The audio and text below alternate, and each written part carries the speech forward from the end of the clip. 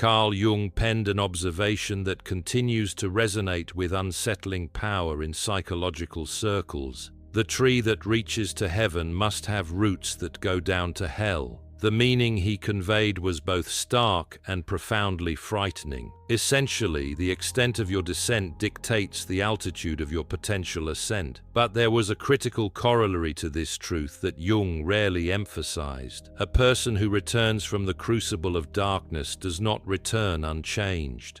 They emerge as an utterly novel entity, one the world has yet to recognize. This profound transformation, this shift from brokenness to wholeness, is precisely what strikes terror into the hearts of those who only ever encountered the wounded self. If your years have been defined by absorbing the burdens of others, by choosing silence when a scream was warranted, and by bending until you nearly snapped, this narrative is for you. Because the next chapter in your life transcends mere recovery. It is an impending psychological seismic event. Those who once inflicted pain upon you, the ones who misinterpreted your silence as definitive surrender, are about to confront a phenomenon Jung meticulously detailed yet remains rarely discussed: the return of the integrated shadow. When that once suppressed force re-emerges, infused with conscious awareness, it operates without need of approval or permission. I will detail precisely why your imminent comeback will be the most terrifying spectacle certain individuals ever witness. This fear stems not from a desire for vengeance on your part, but from the fact that you will become entirely impervious to the destructive tactics that once dismantled you. To channel Jung, let us consider a crucial query. What is the inevitable consequence when the person historically used as an emotional repository ceases to absorb and begins instead to reflect? The world abounds with individuals who perceived your inherent kindness and erroneously labeled it naivete or foolishness. They witnessed your tears and concluded that your spirit was broken. They observed your withdrawal into silence and prematurely declared victory. Every toxic individual, every relentless manipulator, every parasitic energy vampire in your orbit committed one profound, catastrophic misjudgment. They erroneously equated your current wound with your permanent identity. They sincerely believed that the damaged version of you was the authentic, final version. They were, in essence, observing a chrysalis and dismissing it as weak, simply because it had not yet achieved flight. Jung dedicated decades to dissecting this precise trajectory. He amassed numerous case studies of individuals navigating what he termed the dark night of the soul, a thorough psychological deconstruction that appeared outwardly as devastation, but was internally a radical reconstruction. His revolutionary discovery changes the entire narrative. Those who descend the deepest frequently ascend the highest, yet their return rarely aligns with external expectations. They do not re-emerge meek and universally forgiving. They return razor-sharp, precise, and fundamentally unmovable.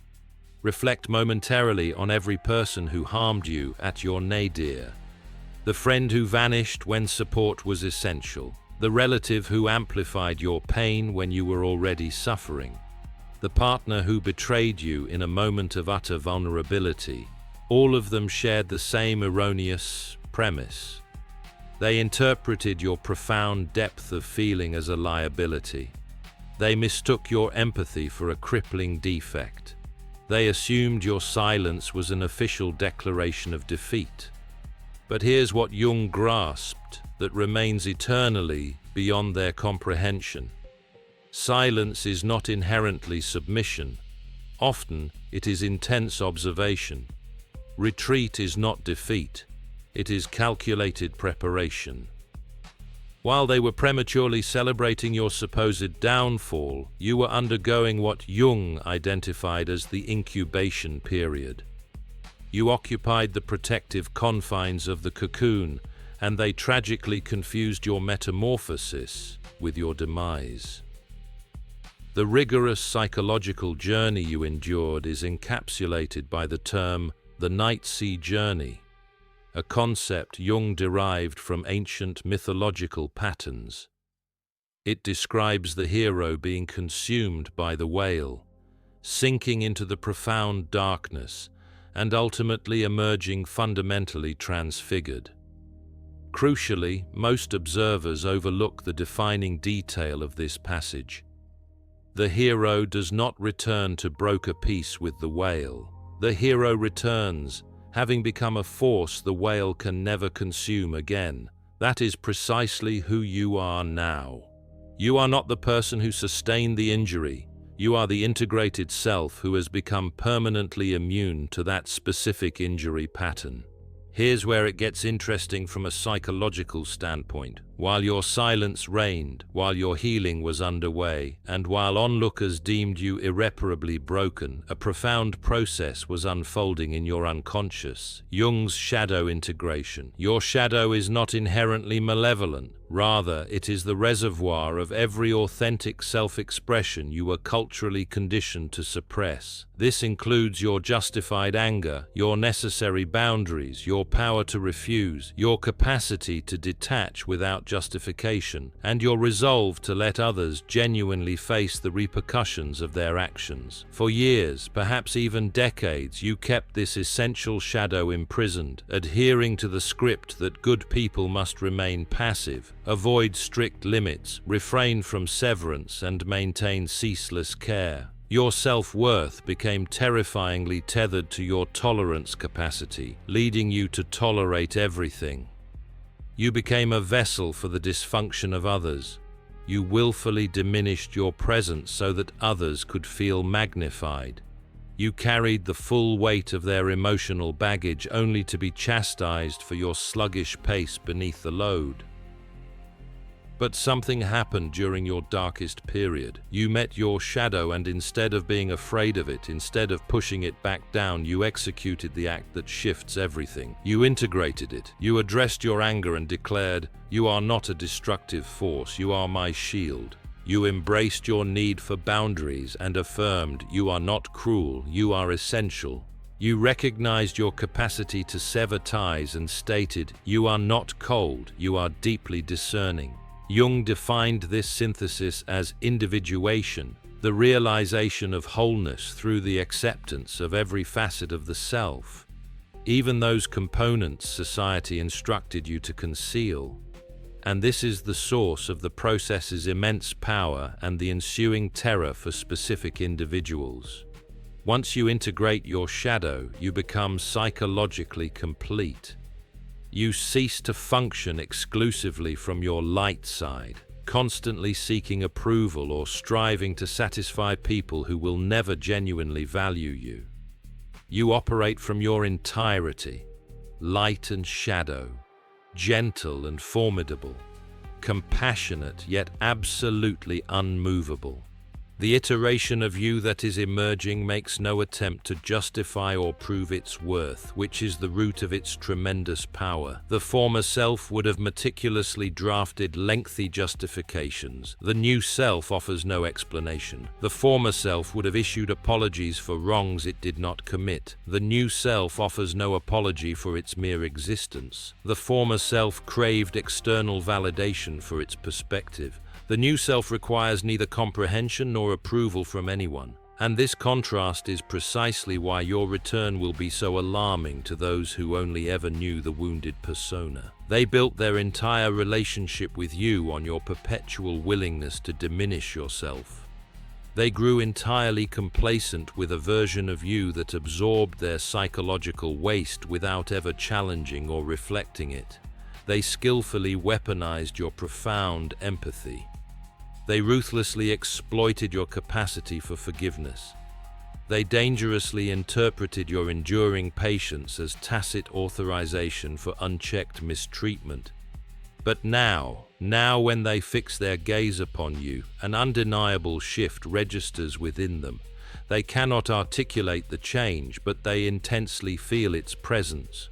You're not reactive anymore, which is deeply unsettling as they relied upon your predictable emotional responses. You're not explaining yourself anymore, which frustrates them because they counted on your immediate defensive engagement during their attacks. You're not chasing their approval anymore, which is outright terrifying, because the validation you once sought was the definitive leverage they held over you. Jung comprehensively chronicled this phenomenon. He noticed that when an individual achieves individuation, the state of psychological completeness, they project a fundamentally altered energy signature. It's not aggressive, it's not mean, it's just resolute, stable, and unyielding. The foundation contains no vulnerabilities through which manipulation can penetrate. There's no buttons to push because all the emotional triggers have been systematically disabled. And to people who only knew how to relate to you through coercion, through guilt,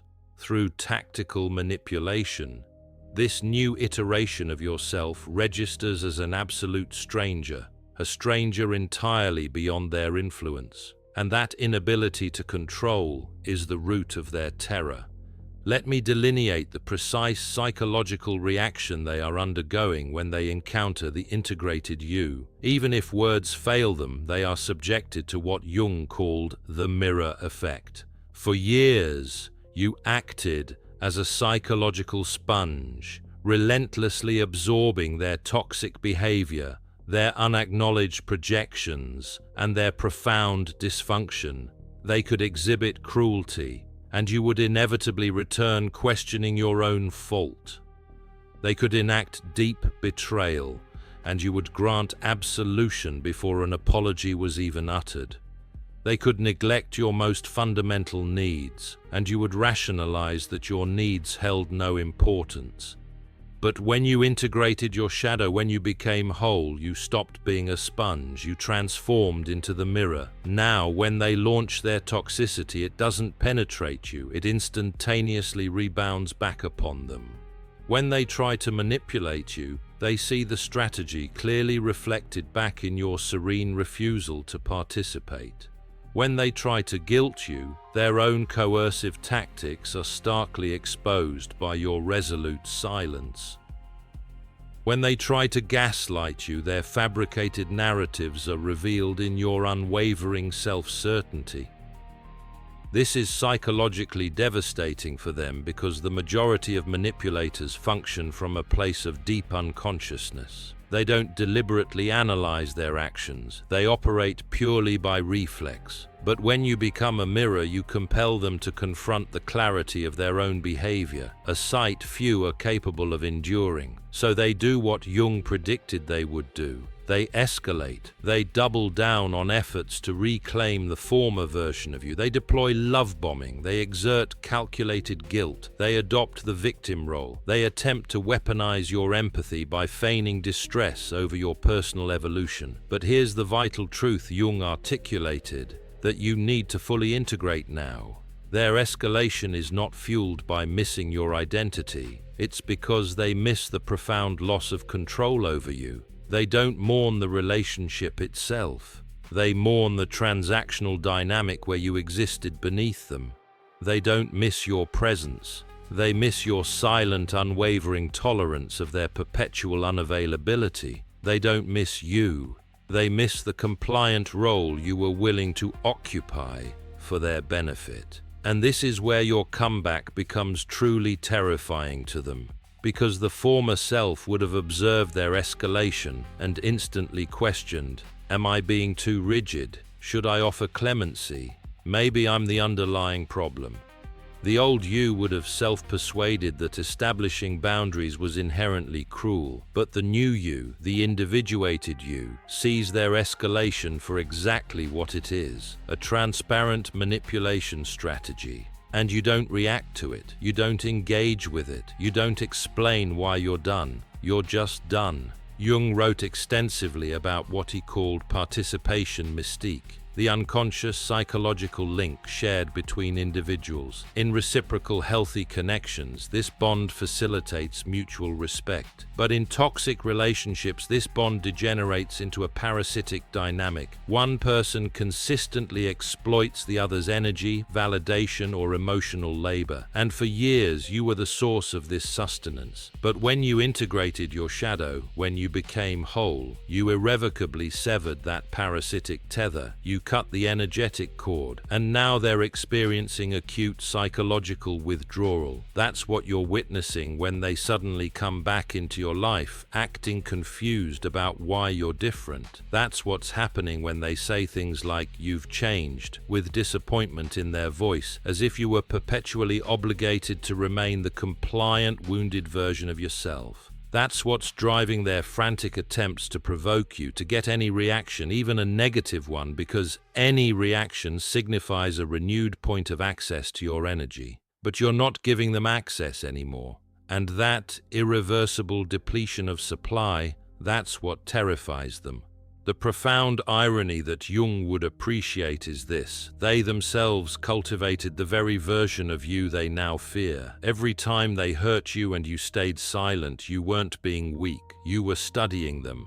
Every time they betrayed you and you absorbed the pain, you weren't being naive, you were learning exactly who they were. Every time they pushed your boundaries and you didn't push back, you weren't being a subordinate. You were gathering data about their character, and now you have a complete psychological profile of exactly who they are. And that knowledge is power they can never take back. You know their patterns, you know their tactics, you know which words they use to manipulate. You know which vulnerabilities they exploit, you know how they operate. And crucially, they know that you know. That's what creates the terror in their eyes when they see you now. It's not that you're going to expose them, it's that you could. It's not that you're going to retaliate, it's that you don't need to. Your calm indifference is more powerful than any revenge could ever be. Jung had a term for what you're experiencing now: enantiodromia. It means the fundamental tendency for any extreme state to transition into its opposite. The person who was the most giving becomes selective about where their energy flows.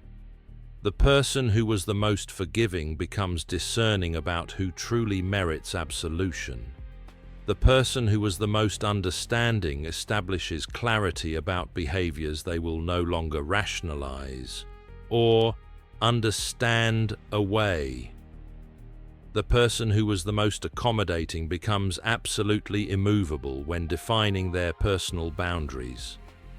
This transition isn't born of bitterness. This isn't becoming cold or cruel. This is psychological evolution. This is what happens when someone stops abandoning themselves to maintain relationships with people who abandon them first. This is what happens when empathy gets integrated with wisdom. This is what happens when kindness gets paired with boundaries. This is what happens when you realize that the most spiritual thing you can do sometimes is to let people experience the consequences of how they treat others. Now let's talk about what happens when one of these people, someone who knew the wounded you, tries to test the new you. They can't help themselves. Their unconscious mind needs to verify whether the old dynamic still exists. So they'll try something. Maybe they'll send an innocuous message acting like nothing happened. Maybe they'll show up somewhere they know you'll be. Maybe they'll try to use guilt or create drama or activate your empathy through manipulation. And here's where everything Jung taught about individuation proves itself.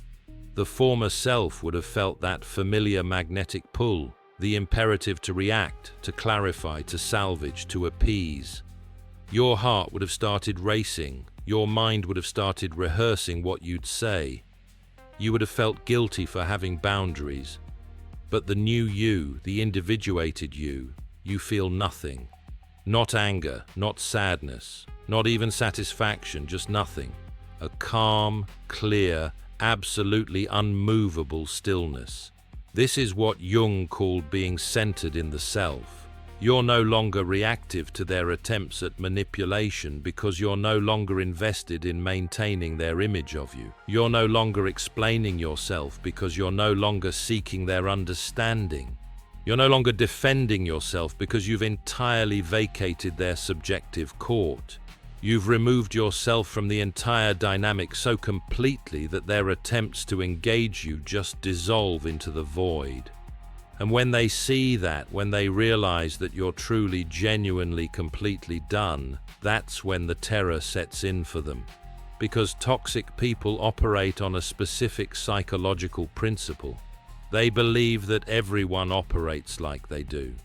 They believe that your kindness was strategic, that your empathy was manipulative, that your forgiveness was weak. They project their own psychology onto you. So when you cut them off, they assume you're playing a game. They think you're trying to manipulate them into chasing you.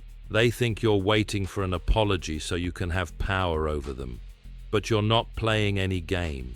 You're not waiting for anything, you're just done. And that reality that you genuinely don't care anymore is incomprehensible to them. They keep checking your social media, waiting for some sign that you're thinking about them. They keep asking mutual friends about you, hoping to hear that you're struggling without them. They keep creating little situations hoping you'll react, but you don't because you're not thinking about them at all. You're busy becoming the highest version of yourself. And they're not even a footnote in that story anymore. Jung wrote that the privilege of a lifetime is to become who you truly are. And that's exactly what's happening in your life right now. You're shedding every false identity you built to please people who were never pleased. You're releasing every trauma bond you maintained because you confuse loyalty with self-abandonment.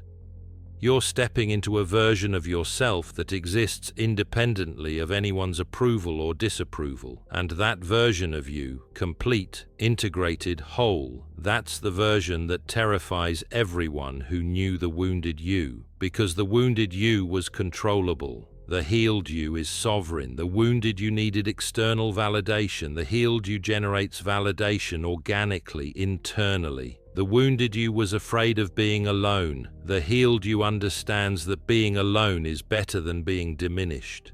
The wounded you thought love meant sacrifice. The healed you knows love means mutual respect or nothing at all. This is your definitive comeback. Not loud, not dramatic, not vengeful, just absolute, just complete, just final. You're not returning to validate yourself to external observers. You're not coming back to get closure from people who never gave you honesty. You're not coming back to make them understand what they did wrong. You're coming back to yourself, and that journey back to yourself requires leaving them behind permanently. The most powerful thing Jung ever said about this process was this: I am not what happened to me. I am what I choose to become. And you've chosen to become someone who no longer allows themselves to be a repository for other people's dysfunction. You've chosen to become someone whose peace is not negotiable. You've chosen to become someone who understands that the people who can't celebrate your growth were never meant to be in your future anyway.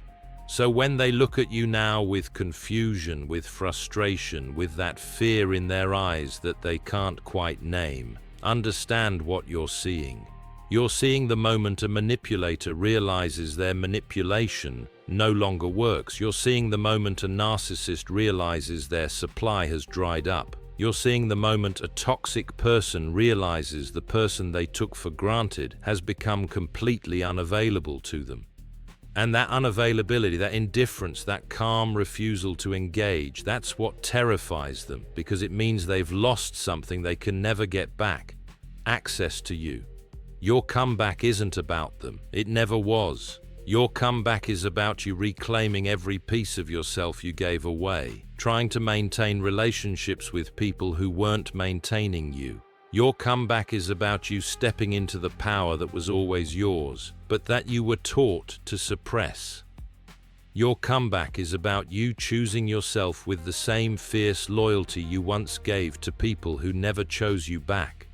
And if they're terrified of that version of you, good. Let them be. Their terror is not your responsibility. Their discomfort with your boundaries is not your problem. Their inability to manipulate you anymore is not something you need to fix. You are done being small so others can feel big. You are done being wounded so others can feel powerful. You are done explaining, defending, and shrinking yourself. Jung spent his entire life studying human transformation, and he concluded that the ultimate psychological achievement is individuation, becoming completely authentically yourself. And that's exactly what you're doing. You're not becoming bitter. You're becoming boundaried. You're not becoming cold. You're becoming careful. You're not becoming cruel. You're becoming conscious. So to everyone who only knew the wounded you, who got comfortable with that version, who thought that version would last forever, your comeback will absolutely terrify them. Not because you've become someone bad, but because you've become someone they can never manipulate again. And to people whose entire relationship with you was built on your willingness to tolerate mistreatment, your refusal to tolerate it anymore feels like the end of their world. And it is. It's the end of the world where they had power over you, but it's the beginning of the world where you have power over yourself. If you recognize yourself in this journey, if you're that person who's coming back different, comment below. I am done explaining myself because that's the mark of true integration. The moment you stop explaining yourself to people who never wanted to understand you anyway, that's the moment you become truly free. And remember, your comeback doesn't need witnesses, it just needs to be real. Thanks for watching. See you in the next dimension.